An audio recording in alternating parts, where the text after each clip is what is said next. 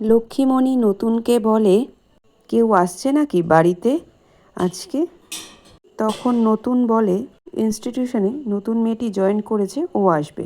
পাশ থেকে কমলিনী বলে, ও যে আসছে, কই তুমি তো সেটা আমায় আগে বললে না। কেউ বাড়িতে আসলে তো তাকে মিনিমাম আতিথেয়তা তো করতে হয়। নতুন বলে, তুমি যদি রান্না বান্না করতে না পারো তাহলে আমি বাইরে থেকে খাবার অর্ডার করে আনবো। কমলিনী বলে, এ বাড়িতে কেউ এলে কখনো কেউ বাইরের খাবার খায় না। নতুন বলে, মিঠির এই অবস্থা, ওকে ছেড়ে আমি তোমাকে এইসব কথা বলতে পারি না। এই নিয়ে তারা দুজনে দুজনের মধ্যে কথা কাটাকাটি করতে থাকে। পাশ থেকে কুর্চি নতুনকে বলে, বৌদি ভাইয়ের কী হয়েছে নতুনদা?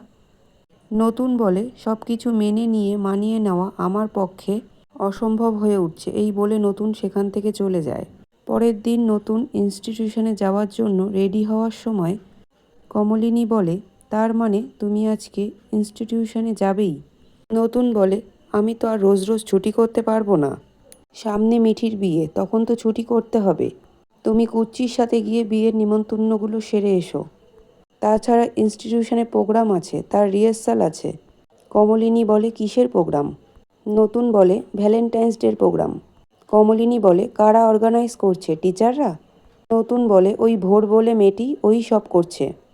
এই কথা শোনার পর কমলিনী নতুনের উপর খুব রেগে যায় আর নতুনকে কথা শোনায়।